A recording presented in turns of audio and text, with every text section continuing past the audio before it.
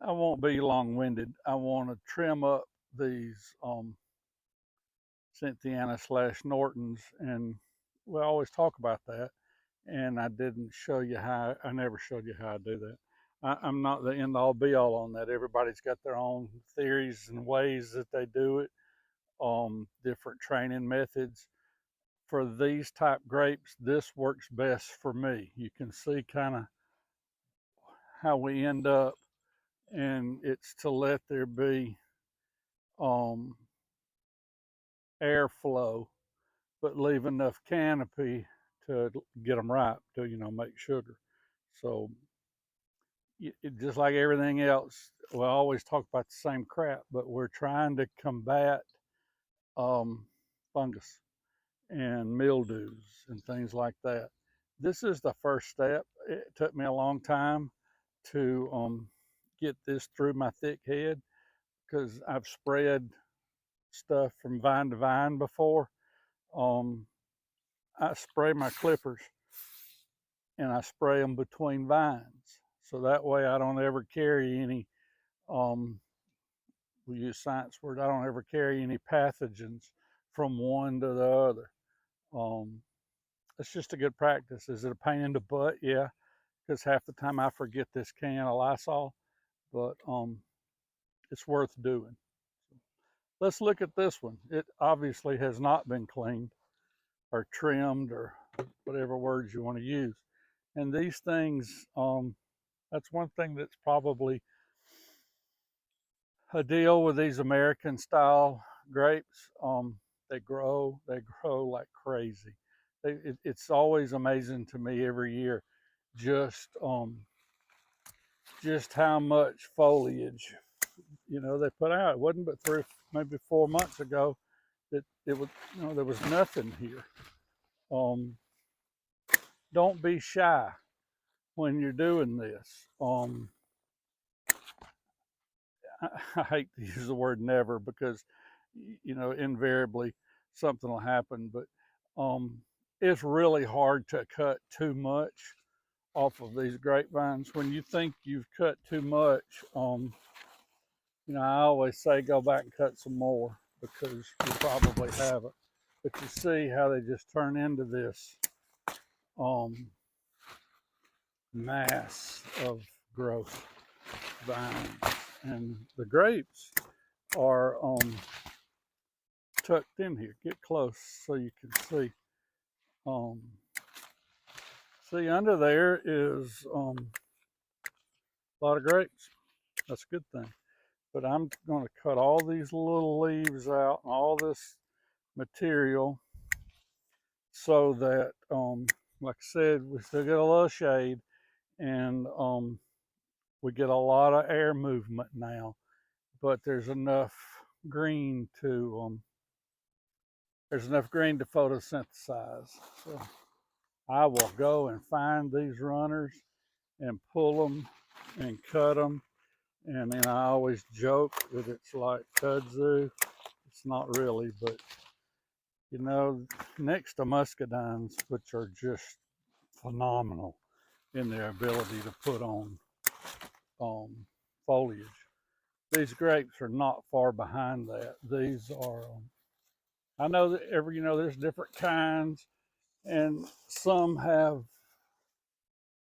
a greater, the word's not veracity, whatever the word is, that'll grow. But these Cynthianas grow. So that's kind of a primer. Like I said, I won't take forever. I don't know how long this one is going to be. I'm bad to ramble, but two big takeaways: get some of this stuff off, and then open this canopy up so that you get airflow. And you see on the ground what this looks like. It looks like grape, murder, but it's not. But those won't rot. And if you left them all covered and bundled up like a burrito, it would have started getting some mildew and some fungus. So you can either control this kind of stuff one of two ways. You can either spray them and eat the spray, or you can do a little trimming and do it organically. I did want to. I'd be remiss if I didn't say this about fungus. A lot depends on the type, and I'm not obsessed, but you'll see me talk about American grapes opposed to hybrids and others. And the primary reason for that is because of the fungal load that the non-American indigenous grapes have. So yes, this is important, but if you don't have the right variety, this ain't gonna do much for you. So do your homework, pick out what kind of grape works in your environment. Here where I'm at, I'm a zone 7B, and so I got to fight cold hardy, and then I got to fight summers with humidity.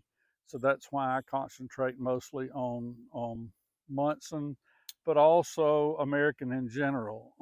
Daniel Norton is who these are named after, and there's 2 or 3 other fellas that did a lot of stuff around the turn of the century. So do a little homework, find out what your grapes are, what kind you want, and then do the things that you need to do, like this, to keep them from rotting. Thanks again. Talk to you later.